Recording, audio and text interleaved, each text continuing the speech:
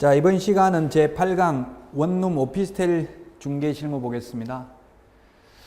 요즘 최근 들어서 무보정 월세가 있습니다. 무보정 원룸 계약이 되겠는데, 지금 전 세계적으로 보면 전세라는 것은 우리나라밖에 없습니다. 세계적으로. 어느 나라를 가든 전세 계약이라는 건 없습니다. 우리나라의 특이한 제도입니다. 다른 나라는 전부 다 월세죠.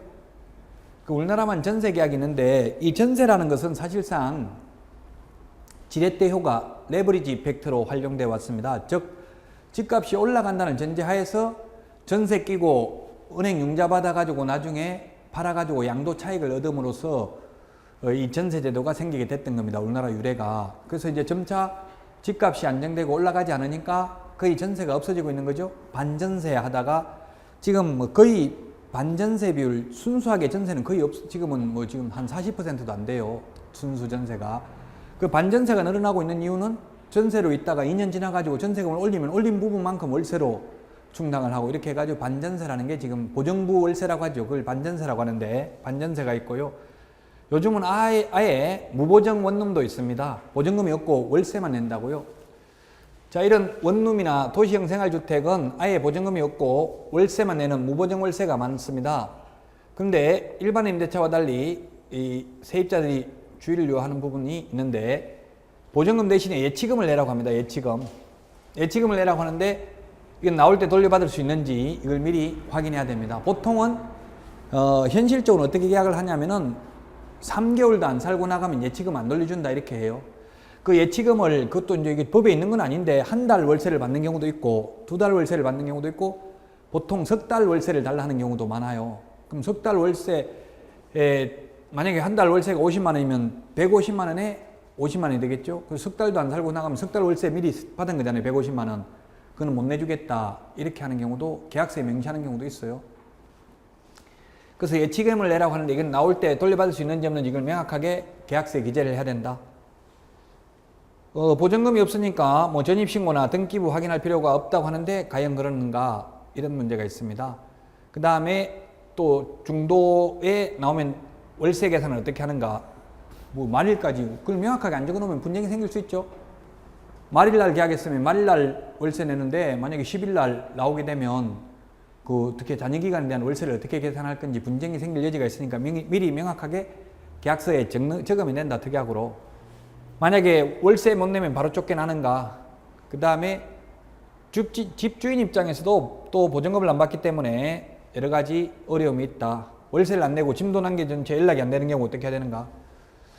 판례는 어떻게 해야 돼? 이거 실제 이런 일이 많이 있었어요. 서울의 강남에서 월세가 100만 원이 술집 아가씨들 사는데 월세 100만 원이 보증금 없습니다.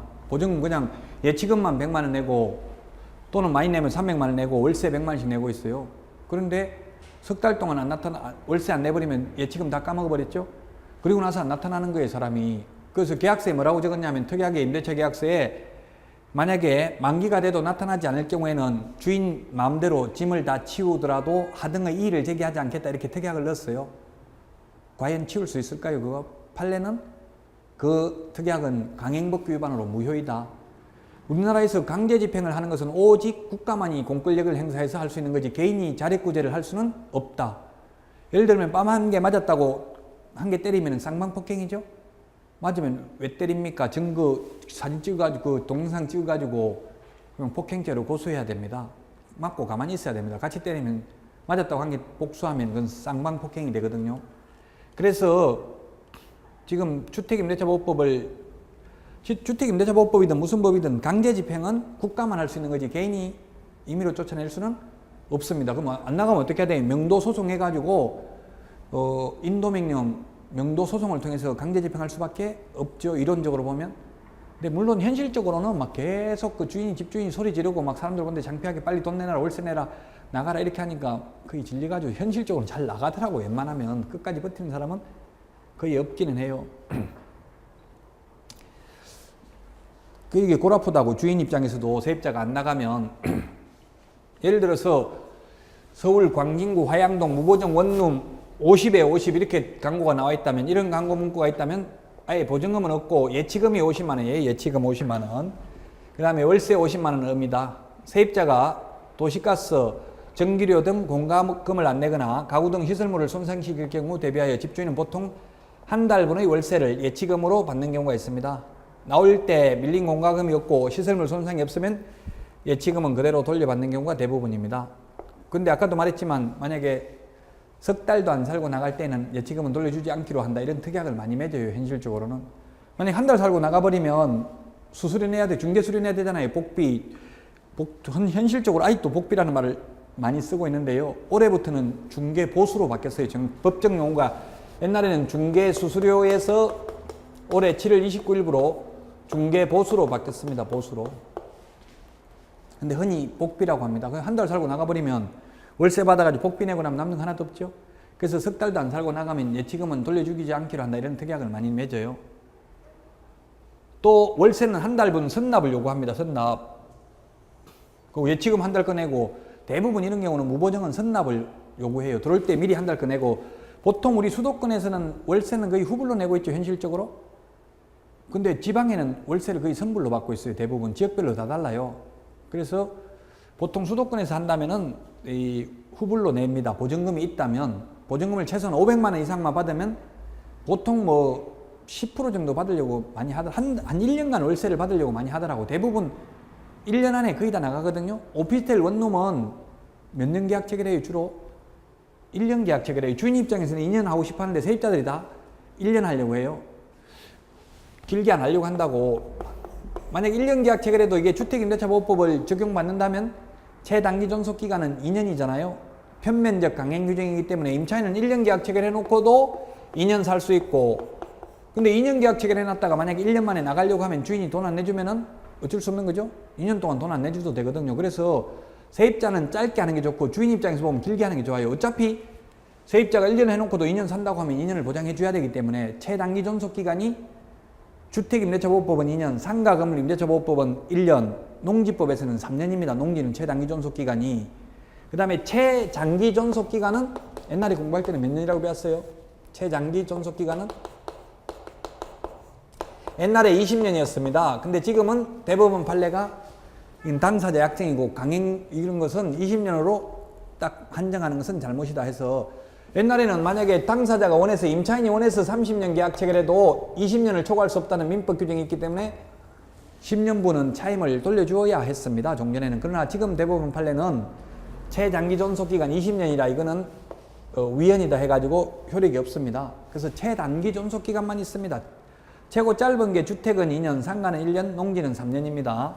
그래서 보통 세입자들은 월세 세입자들은 1년 하려고 하고 주인은 2년 하려고 하는데 이제 개업 공인회사들은 이 중에서 보통 현실적으로 원룸이나 오피스텔은 1년을 계약 체결하더라고요.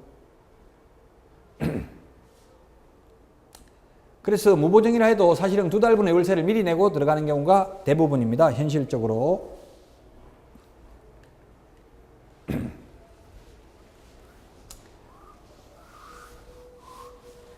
자, 보증 없는 임대차도 전입신고와 등기부 확인은 필요합니다.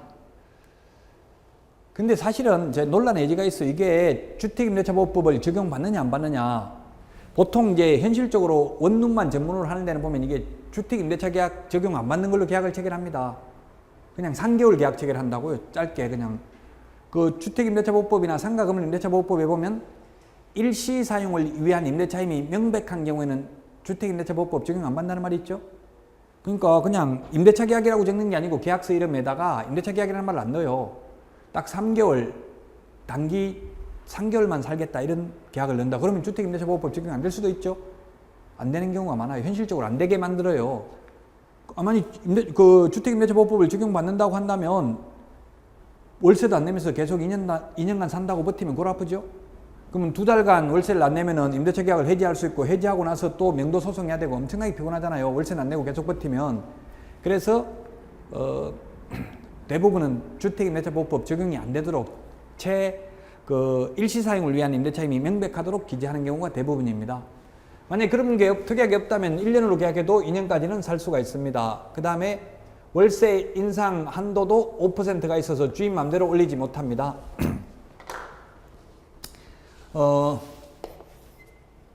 정액 청구가 있고 정감 청구가 있고요.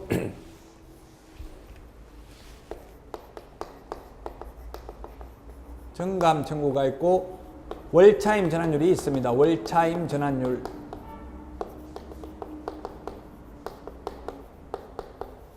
정감 청구는 주택인 경우는 5%, 주택은 5%, 상가는 9%입니다. 월차임 전환율은 주택은 주택, 상가. 월차임 전환율이 뭐예요?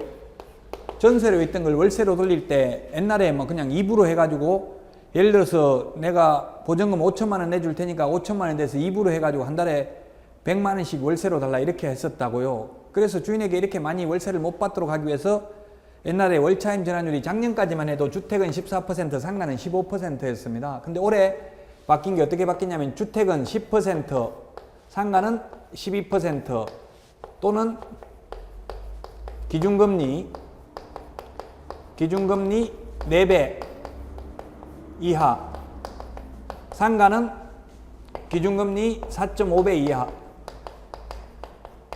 이하 중에서 이 둘 중에 높은 게 아니라 낮은 비율을 초과할 수 없다 이렇게 돼 있어요. 낮은 비율을.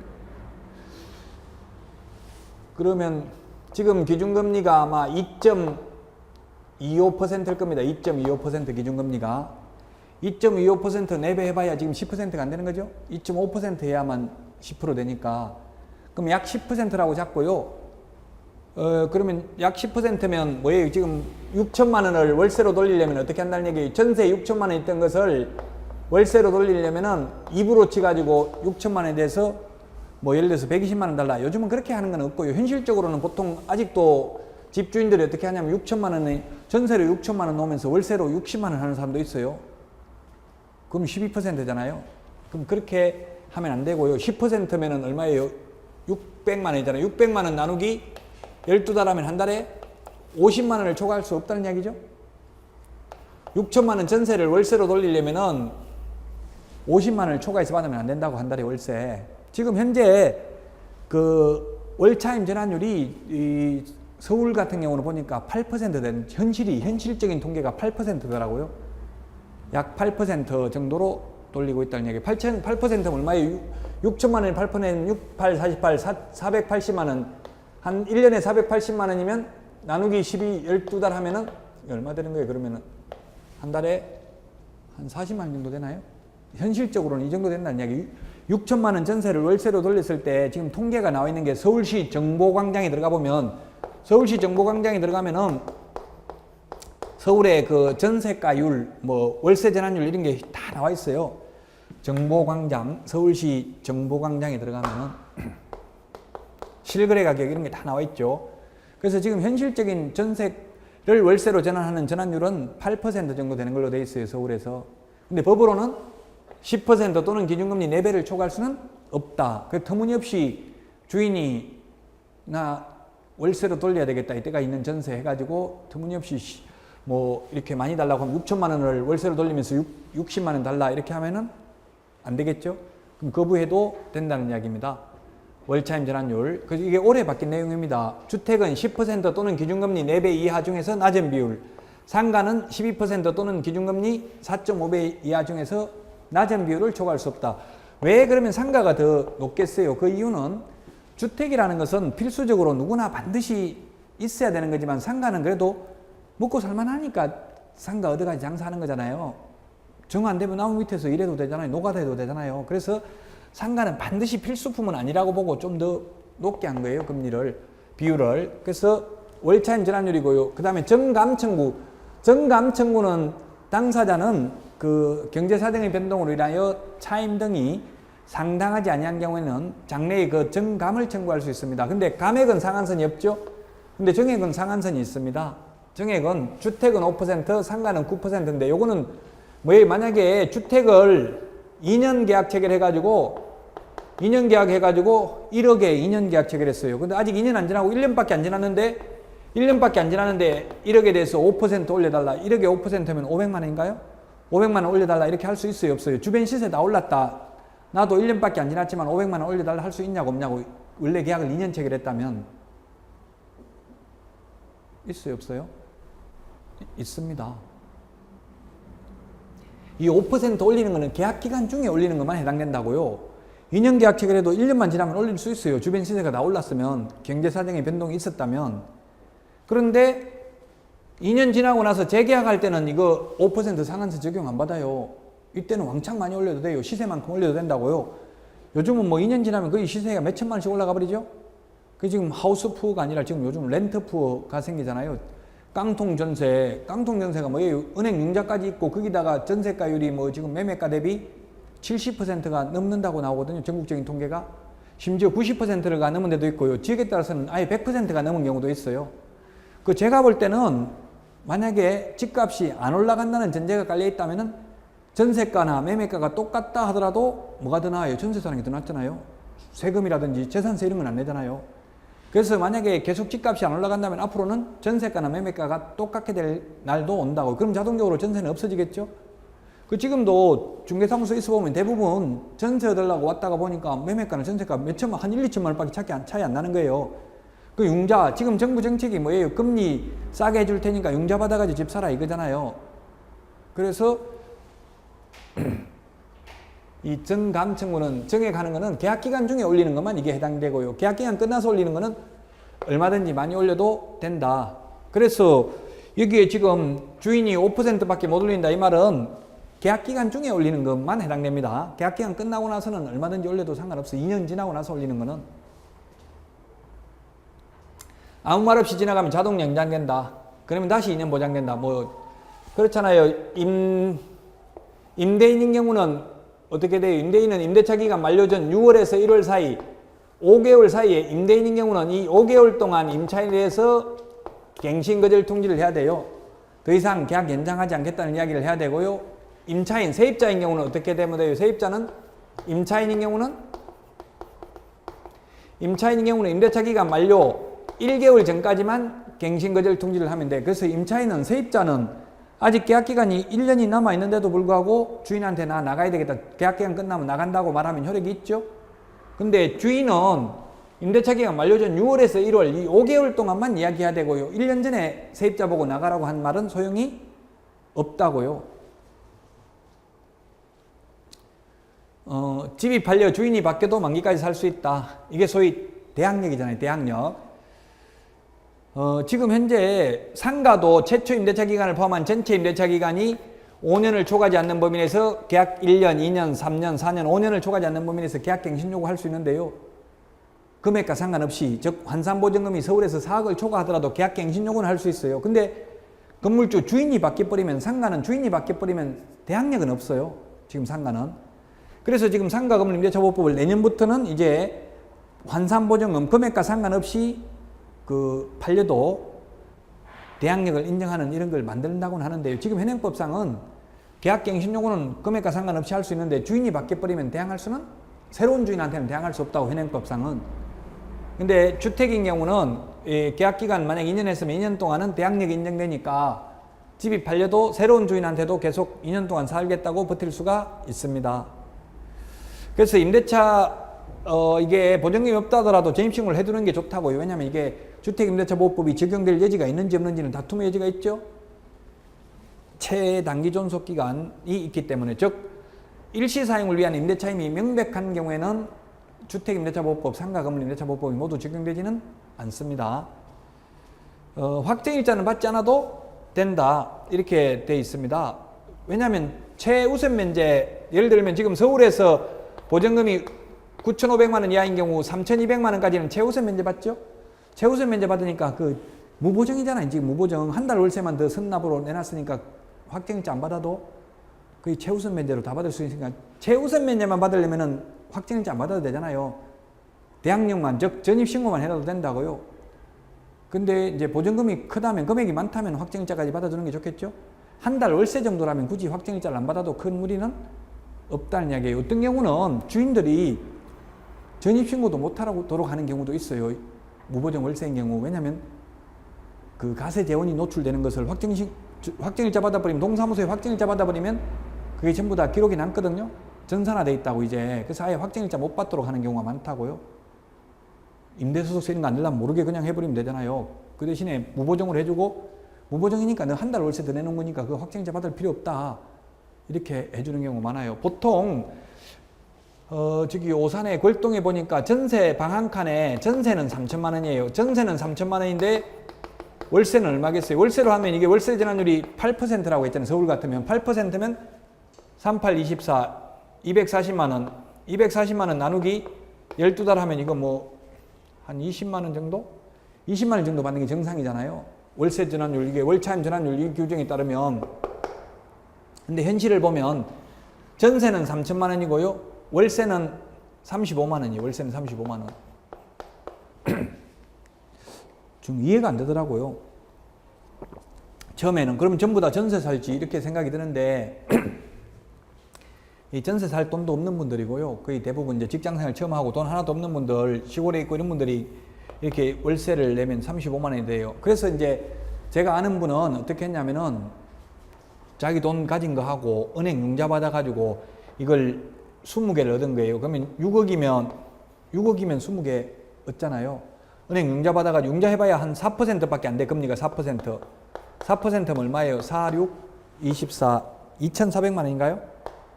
4%면 6억에 4%면 240만 원이에요? 2,400만 원이에요? 2,400만 원?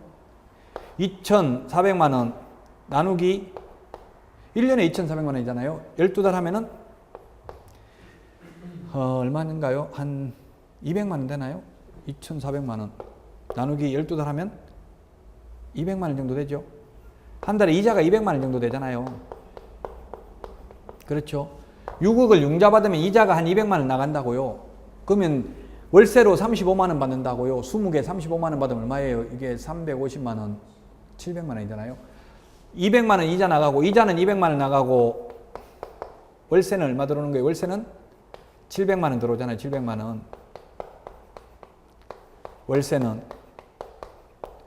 그래서 그러니까 이걸 보고 한 거예요. 머리가 좋은 거죠. 전세는 3천만 원밖에 안 하고 월세가 35만 원이니까 내가 전세를 얻어가지고 세입자한테 다시 월세를 넣는 거예요. 전전세를 넣는 거예요. 전대차 계약을 체결하는 거예요. 그래도 이 세입자는 무보정으로 하니까 크게 염려될 건 없잖아. 한 달 월세만 더 내니까 뭐 주인이 아니고 전대차 계약이라도 그렇게 위험한 건 아니죠. 막말로 한 달 월세만 떼이면 되잖아요. 그럼 계약 다 들어온다고요. 그렇게 해가지고 한 달에 500만 원씩 몇 달은 벌어먹었어요. 그랬는데 이게 경기가 변동이 돼가지고 뭐 LG라든지 그 회사가 기숙사를 많이 지어버려가지고 이게 공실이 많이 나버린 거예요. 그래가지고 망했어요. 이자만 200만 원씩 꼬박꼬박 나오고 방은 거의 다 비어 있었다고 한때. 그래가지고 이제 겨우 그러니까 이게 자기 돈 여윳돈이 있으면 이런 거 해도 큰 무리는 없겠죠. 빌려가지고 하면 부채의 습격을 당한다고요. 그래서 남의 돈 가지고는 안 하는 게 좋아요. 그냥 이자만 200만 원씩 내는 거예요. 만약에 전부 다 공실이 되면 100% 세가 나간다고 보면 이론적으로 보면 한 달에 가만히 앉아서 6억 가지고 남의 돈 가지고 500만 원 버는 거잖아. 이자 빼고도. 이렇게 하다가 손해본 사람도 봤어요. 처음에는 이익 봤죠. 근데 어느 날 갑자기 다 공실이 될 수도 있어요. 항상 이런 게 월세는 공실 위험이 있거든요. 그래서 이런 거는 수익률이 은행 금리보다는 훨씬 높아야 되죠.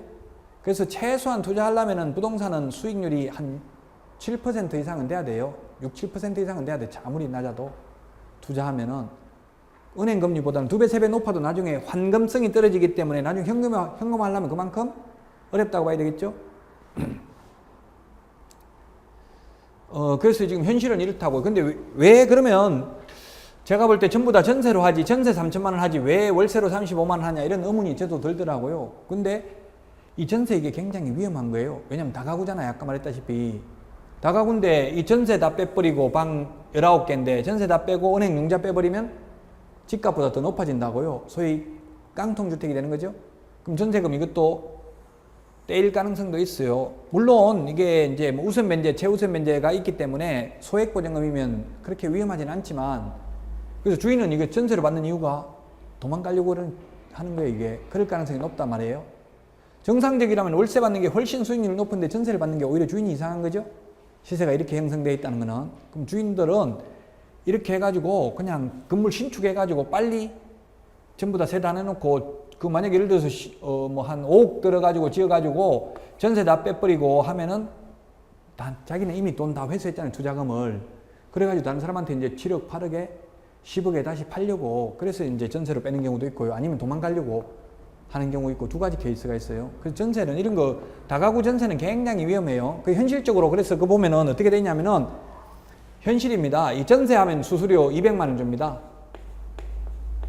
월세 35만 원 하면 수수료 건물주들이 뭐 20만 원에서 보통 한 50만 원까지 줍니다. 보통 20만 원 줘요. 아무리 안 줘도. 10배라고 10배. 전세 3천만 원 빼면 이게 수익률도 훨씬 낮은 거잖아요. 근데 이거는 200만 원 주고 월세는 20만 원밖에 수수료 안 준다. 이러면은 이거는 이제 완전히 도망가려고 그러는 거죠. 이렇게 다 빨리 전세 빼가지고 현금화 시키고 이미 융자 받아버리고 이렇게 하면은 집값이 훨씬 투자 금액이 넘게 나와버리니까 그 다가구 주택은 그래서 가급적이면 전세 중개는 안 하는 게 좋습니다. 자, 그 다음에 등기부도 봐야 됩니다. 소유자가 맞는지 경매 신청이 없는지 등을 알아보기 위한 것입니다. 경매는 경매 신청 기입 등기, 경매 신청 기입 등기하면 압류 효력이 생기게 됩니다. 그 바로 등기부에 나타나는데 한국자산관리공사 공매의 경우는 국세 체납, 세금을 안 냈을 때는 국세청에서 압류만 해놓고 10년 동안 공매 절차를 진행 안 한 것도 있어요. 그래서 요즘은 새로 생기는데 공매 개시 등기를 합니다. 공매가 시작되고 있다는 등기를 합니다. 그래서 이제 조금 어렵긴 한데 유치권이라는 게 있는데 이 유치권은 민사집행법상 경매에서는 경매 신청 기입 등기 이후에 점유를 취득한 유치권자는 유치권 주장을 할 수가 없습니다. 경락인에게 매수인에게 대항할 수가 없습니다. 그런데 이 유치권자는 경매에서는 경매 신청 기입 등기 이후에 점유를 취득한 자는 유치권을 주장할 수 없다고 이 매수인에게. 그런데 한국자산관리공사 공매에서는 압류가 국세 체납 처분에 의해서 압류가 되었다 하더라도 압류 이후에 점유를 취득했다 하더라도 이 유치권을 주장할 수 있습니다. 다만 공매는 공매 개시 등기 이후에 점유를 취득하면 공매 개시 등기 이후에 점유를 취득하면 유치권을 주장할 수 없고요. 경매는 압류 효력이 발생한 때 압류만 돼도 압류 효력 발생 시 즉 경매 신청 기입 등기하면 압류 효력이 생깁니다. 이 압류 효력이 생긴 이후에 점유를 취득한 자는 유치권을 주장할 수가 없습니다. 자, 그 다음에 3, 4개월만 살고 나올 경우는 전입신고나 등기부 확인 안 해도 되죠. 이렇게 묻는 경우가 많습니다. 단기 임대차라면 최단기 존속기간 적용이 안 될 수도 있다. 단기 임대차는 주택임대차보호법 적용이 안 될 수도 있다. 물론. 근데 그게 명확하게 그런 거 주택임대차보호법 적용이 안 되도록 안 적었을 경우는 애매하게 적었을 경우는 적용될 수도 있어요. 다툼의 여지가 있어요. 따라서 살 기간이 수개월 정도로 짧은 경우는 전입신고나 등기부 확인은 안 해도 상관없다. 3개월간 살고 나가려면 3개월 계약했으면 세입자 입장에서는 큰 문제가 없잖아요. 월세만 뭐 한 달 그 예치금만 납부해놨기 때문에 크게 확인을 안 해도 상관없습니다.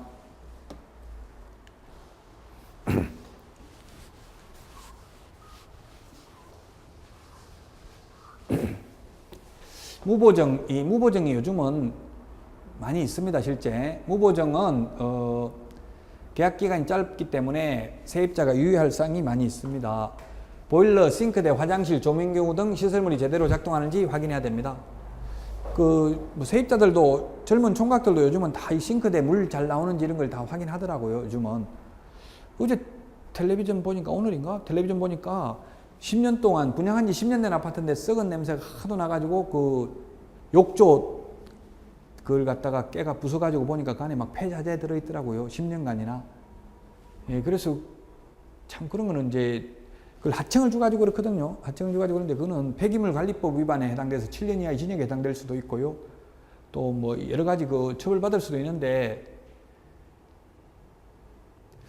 그래서 이제 보일러나 싱크대, 화장실 이런 걸 제대로 확인해야 되고요. 잠깐 살고 나올 테니 불편하더라도 참겠다는 생각은 좋지만 잘못하면 나올 때 원상복구비를 물어야 될 수도 있습니다.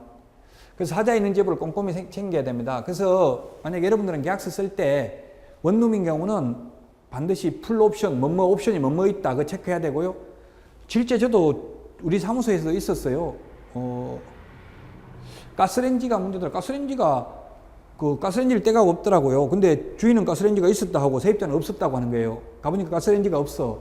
근데 옛날 계약서를 보니까 그 가스레인지 풀옵션 품목 딱 적혀져 있더라고. 가스레인지 있다는 거, 뭐뭐 설치되어 있다는 거 이걸 체크를 해야 되겠죠. 그리고 상태가 어떤지 이런 걸 반드시 체크해야 돼요. 안 그러면 이제 만약에 세입자 입장에서 보면은 가스레인지가 없었는데 물어내야 된다고, 가스레인지비를.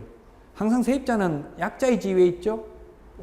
이런 거 파손된 거 있으면 주인이 보증금을 보통은 현실적으로는 보통 한 500만 원 정도 받아요. 현실 대부분은 무보증도 있지만 무보증 아닌 것도 있거든요. 보통은 한 500만 원 정도 받는 경우가 많기 때문에 오피스텔 같은 경우는 그럼 나중에 500만 원 내줄 때 전부 다 떼버리고 내주잖아요. 그 가스레인지 원래 없었는데 계약서에 가스레인지 있었다고 기재되어 있다면, 그러니까 개업공인중개사는 정확하게 그 사실대로 기재를 해야 됩니다. 특히 그 풀옵션 품목을 반드시 확인해야 됩니다. 뭐뭐 있는지. 그 세입자들도 전화 오면 풀옵션 뭐뭐 있습니까? 이렇게 물어요, 대부분. 그럼 요즘은 뭐 보통 있는 게 가스레인지, 냉장고, 텔레비전, 에어컨 이런 건 거의 다 있더라고요. 원룸 풀옵션 되어 있는 거는 무보증이라 하더라도. 그 다음에 월세 이외에 추가 부담이 없는지, 보통 관리비 또 있고요. 그 다음에 주차비, 청소비를 받는지도 확인해 봐야 된다. 청소비를 계약기간 중에 청소비 받는 경우도 많이 있습니다. 근데 특이한 거는 이거 만기 살고 나갈 때도 청소비를 받더라고요. 보통 총각 혼자서 살고 이렇게 하면 지저분하게 해놓고 가잖아요, 방을. 그래서 청소비를 보통 뭐 한 2만 원, 3만 원 이렇게 받는 경우도 있어요. 그럼 계약서에 받을 그런 거 있으면 반드시 계약서에 명시해야 돼요. 그 명시할 때 세입자가 싫으면 계약 안 하는 거죠. 그 청소비 받으면. 그 청소비 달라고 하니까 그 세입자가 그러더라고요. 내가 청소해주고 갈게요. 이렇게 해버리더라고요. 그래놓고 그냥 가요. 안 해주고. 그래서 청소 깨끗하게 돼 있는, 그래서 뭐 청소비는 반드시 현금으로 2만 원 받는다 이런 걸 명시해야 돼요. 그 개업공인중개사가 적극적으로 나서서 이런 말을 할 필요는 없고, 만약에 그 주인이 원하거든요. 청소비, 참 청소비 있습니다. 나갈 때 이렇게 하면은 청소비는 뭐 현금으로 받는다 이런 걸, 현금으로 2만 원을 받는다 이런 걸 명시해 놔야 됩니다. 보통 이게 주인들이 많이 받더라고요. 그 대신에 이제 입주할 때도 깨끗하게 청소 돈 주고 시켜가지고 깨끗하게 해가지고 주고요. 그 보통은 이 3개월 이상은 살아야만 예치금을 받을 나올 수 있는 경우가 대부분입니다. 이게 법에는 없지만 그렇게 특약을 맺는다고요. 아까 뭐 한 달 월세를 먼저 요구하는 경우도 있고요. 석 달 월세를 요구하는 주인들도 있습니다. 보통 임대인이 요구하는 조건입니다. 그래서 3개월도 안 살고 나갈 때는 그 예치금은 안 돌려준다, 뭐 돌려준다 이런 걸 반드시 적는 것이 좋다. 그 다음에 기간이 남은 상태에서 나와도 남은 월세를 돌려받지 못한다. 따라서 가급적 월 단위 만기일에 나올 날짜를 잡아야 합니다. 퇴근 날짜가 이미 정해진 경우라면 마지막 달 월세는 임대인과 미리 조정할 수도 있다. 그럼 아까도 말했죠. 말일날이 월세 내는 날인데 15일날 이사를 나올 경우 그 남은 기간 계산 어떻게 할 건지, 기간 보통은 일수로 기간을 계산하는 경우도 있는데 주인이 좀, 어떤 주인들은 무조건 며칠이라도 살았으니까 그냥 한 달 월세는 다 받겠다 이렇게 하는 경우도 많이 있어요. 그래서 그걸 미리 계약서 할 때 만약에 어떻게 할 건지 적어야 되고요. 그래서 실제로는 그러면 어떻게 돼요? 만약에 1년 계약했으면 1년 계약했는데 3개월 살고 세입자가 나옵니다. 대부분 제가 경험을 해보니까 1년 계약해도 1년 채우는 사람이 거의 없어요. 이렇게 월세를 내고 사는 사람들은 대부분 뭐 직장 때문에 옮긴다, 무슨 이유를 대더라도 한 3개월 만에 이사 나가는 경우가 대부분이더라고요. 그럼 3개월 만에 이사 나가면은 주인은 남은 몇 개월 남아서 9개월분 월세를 법적으로는 받을 수 있죠. 1년 계약했으면 이사를 3개월 만에 나가더라도 공실로 비어있다 하더라도 9개월 월세를 다 받을 수 있잖아요. 계약기간만큼은 원래. 그 복비는 누가 내느냐, 또 월세는 누가 내느냐, 이 법적으로 누가 내야 돼요. 이거 중개수료는 2년 계약했는데, 2년 계약, 임대차 계약 2년 했는데 1년 만에 임차인 사정으로 1년 만에 나갑니다. 임차인이 자기 사정으로 인해서 1년 만에 나갈 경우에는 그 복비는 누가 내냐고요. 시험에 나오면, 공인중개사 시험에 나오면 누가 내겠어요? 임대인, 임차인 중에서 세입자가 자기가 깼으니까 세입자가 내야 된다, 아니면 집주인 내야 된다, 누가 내요? 시험에 나오면 무조건 주인이 내야 됩니다. 주인과 새로운 임차인과 임대차 계약을 체결하기 때문에 복비는, 보수는 무조건 주인이 내야 된다. 세입자가 복비를 내는 경우는 어떠한 경우도 없다. 이론적으로 시험에 나오면. 근데 현실적으로는 전부 다 세입자가 내고 있거든요. 그 이제 왜 현실은 그리 될 수밖에 없느냐 하면은, 물론 복비는 주인이 내기로 돼 있다던데요. 이렇게 세입자가 말하면 알았다. 그럼 내가 너 2년 계약 체결했는데 1년 만에 나가니까 나머지 1년분 월세 다 까고 내줄게. 그걸 가지고 복비 줄게. 이렇게 한다고요. 원래 그래도 되잖아요. 법적으로 2년간 계약했으면 2년분 월세는 다 내야 되거든요. 그래서 세입자들이 짧게 계약을 하려고 하는 거예요. 1년 계약했으면 1년만 살고 나가면 그래도 다 내줘야 되잖아요. 그러면 보수도, 중개보수도 임대인 내겠죠. 그 현실적으로 계약기간 못 채우고 나가면 전부 다 임차인이 다 내야 돼요. 현실적으로는. 이론적으로는 중개보수는 무조건 임대인 내도록 되어 있지만 그 대신에 계약기간만큼은 월세를 다 내야 되기 때문에. 근데 현실적으로 주인들이 어떻게 해요? 1년 계약 체결해놓고 6개월 만에 나가더라도 남은 6개월 월세를 안 받는 대신에 복비는 그 세입자 보고 내라고 하죠, 현실은. 그래도 법에 위반된 건 아니에요. 알고는 있어야 돼. 이론적으로 중개수료, 즉 중개보수는 어떠한 경우에도 세입자가 내는 건 없다, 이론적으로는. 그 대신에 복비는 안 내도 되지만 뭐요? 2년 계약 체결했으면 2년분 차임은 내야 된다, 월세는. 그럼 만약에 전세 계약했으면 2년간 주인은 돈 안 내줘도 되죠? 그럼 세입자는 자기가 사정으로 나가면 급한데 돈을 받아 나가야 되니까 그 대신에 복비는 제가 다 내겠습니다, 이렇게 할 수밖에 없잖아요, 현실은. 중개 수수료는, 즉 중개보수는 원칙적으로 임대인이 내는 거지만 임차인 내기로 특약을 해도 그게 강행법규 위반으로 무효가 되는 것은 아니거든요. 그래서 현실적으로는 전부 세입자들이 내고 있다. 계약기간 못 채우고 나갔을 경우 중개수료는, 그러면 중개수료를 그럼 어떻게 해야 되냐면은 전부 주인 걸 대신해 줘야 된다고요, 이사 나가는 사람이. 그 주인은 뭐 1년 계약 체결했으면 1년간은 보통 그래서 주인이 2년 체결하려고 하죠, 중개수료 때문에. 1년 계약 체결했으면 1년 안에 나가는 거는 주인은 아무런 책임을 안 지고 있습니다, 현실은.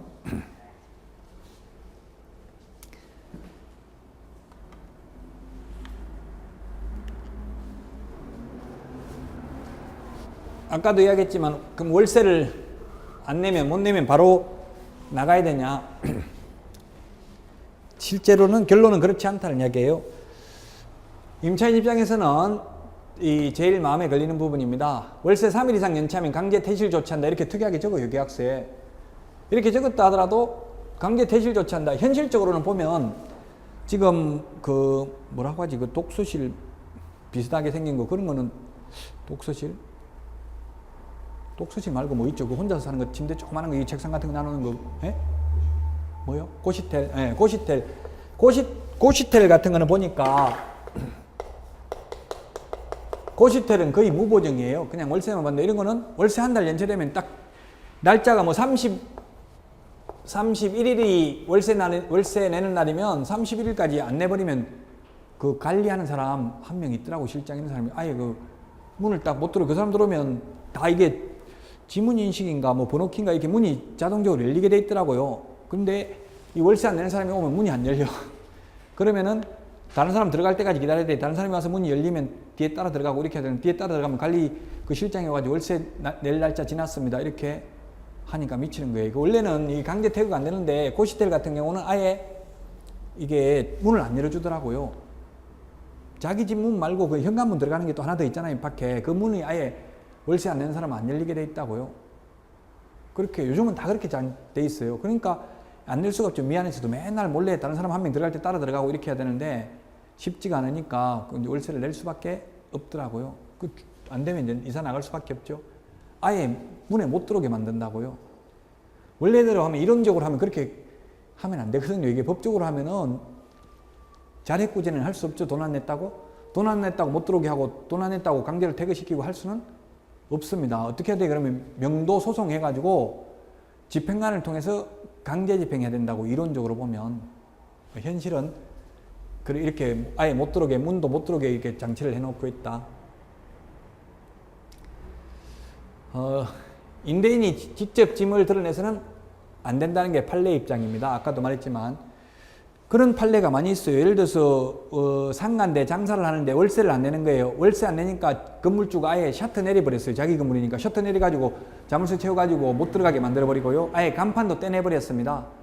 그래가지고 그 대법원까지 갔는데 소송 판결 결과는 건물주한테 벌금 500만 원 선고했어요. 예, 그래서 그 실제 벌금 500만 원 내더라도 그렇게 해버리면 그 사람은 돈을 내거나 나갈 수밖에 없긴 하겠죠. 어쨌든 이론적으로는 그래서 그런 자력구제는 인정이 안 된다. 반드시. 그럼 어떻게 해야 돼? 2달 이상 월세를 안 내면은 연체하면 임대차 계약을 해지할 수 있죠. 해지 통보하고 명도 소송해가지고 강제 집행해야 돼요. 그럼 뭐 한 6개월 걸릴 수도 있겠죠. 오직 이 강제 집행은 국가가 독점하고 있기 때문에 개인이 자력구제할 수 없다. 그런 판례입니다. 그 다음에 물론 집주인도 세입자 잘 보고 들어야 합니다. 월세도 안 내고 안 나가고 하면 골 아프다고요. 강제로 끌어낼 수가 없다고 했잖아요. 명도 소송을 해야 되니까. 그래서 보통 이제 주민등록등본, 이게 신분을 알아야 주민등록등본 같은 거 가져오라고 해야 돼. 그냥 가짜로 주민등록번호를 적어줄 수도 있잖아요. 주민등록증에는 현재 거주지가 안 나와 있을 수도 있죠, 뒤에. 그러면 그거 확인하기 굉장히 어려워요. 나중에 소송 같은 거 하려고 하더라도 당사자를 특정할 수 있어야 되잖아요. 그 무보정 이런 사람은 들어올 때 주민등록등본 이런 거 한 통 떼고 가져오라고 해야 돼요. 못 되겠다 하면은 문제가 많아요. 지금 거의 지금 무보정 월세 이런 것들은 조선족 분들이 많더라고요. 지금 뭐 조선족이라는 말이 별로, 제일동포는 제일동포인데 제중동포라고는 하고 지금 사회통념상 조선족이라고 하고 있으니까 저도 따라서 할 수밖에 없는데, 좀 바람직한 표현은 아닌데 어쨌든 그런 분들이 대부분이더라고요. 이 월세 사는 분들은. 그래서 이 주민등록등본 떼오라고 해야 되는데, 주민등록등본 없다고 하면 그 외국인들 거소가 있거든요. 거소. 그런 거라도 떼오게 해야 돼요. 그래야만 이거 월세 같은 거 주인이 개업 공인중개사가 원한다고 하면 안 되고 주인이 가지고 오라고 한다. 이렇게 해가지고 받아 놓는 게 좋겠죠. 나중에 이게 소송을 하더라도 당사자를 특정할 수 있어야 되니까. 그 다음에 월세나 관리비 연체하고도 명도를 거부할 경우 위약금을 부과하도록 특이하게다 넣으면 돼요. 위약금을 이거 약정하는 거는 상관없죠. 위법은 아니죠. 그래서 만약에 월세나 관리비 안 되고 명도를 거부할 경우는 한 달에 얼마씩 위약금을 지불하기로 한다. 이런 걸 월세 한 2배 정도 해놓으면 되겠죠. 한 달에 월세가 50만 원이라면 만약에 월세나 관리비도 안 되고 안 내면서 계속해서 명도를 거부할 경우는 그 거부한 한 달에 100만 원씩 위약금을 지불하기로 한다. 이런 특약을 맺어놓으면은 아무래도 그런 심리적 압박감을 느낄 수 있으니까요. 심리적인 부담을 줄 필요가 있다. 그 다음에 재소전 화해조서를 미리 받아두는 경우도 있습니다. 재소전 화해조서. 소송을 하기 전에 미리 화해조서를 받아두면 그걸로 곧바로 강제집행을 할 수가 있다는 이야기예요. 오늘도 뉴스에 나오는데 만약에 이혼해가지고 양육비 안 준다. 양육비 100만 원씩 한 달에 주기로 한다. 이렇게 계약서 썼어요. 그 계약서만 가지고 강제집행이 불가능하거든요. 또다시 소송해가지고 성소 판결문 받아야 된다고. 집행권은 있어야 강제집행이 가능하잖아요. 그 재소전 화해조서를 미리 받아두면은 이거는 이제 바로 강제집행이 가능할 수 있다는 얘기입니다. 별도의 소송이 없이. 근데 현실적으로는 이렇게 냉정하게 하기가 쉽지는 않습니다. 근데 이론적으로는 알고는 있어야 됩니다.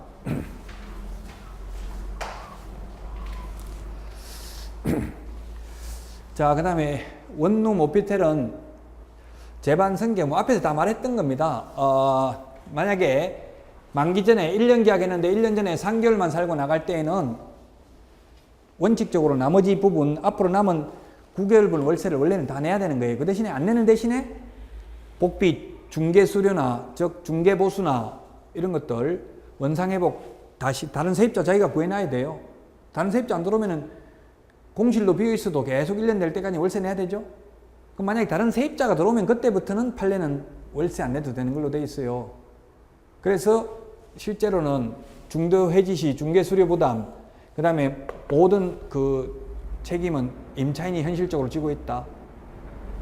예, 그 다음에 이게 원상회복 의무인데 이것도 참 풀옵션인 경우 이 골치가 아파요. 이게 뭐 이게 만약에 파손이 됐을 때 이게 그냥 정상적으로 사용해서 된 건지 아니면 고유가실로 인해서 파손한 건지 이게 논란의 여지가 있기 때문에 풀옵션은 명시를 해야 된다고요. 딱 뭐뭐뭐뭐 옵션이 있다.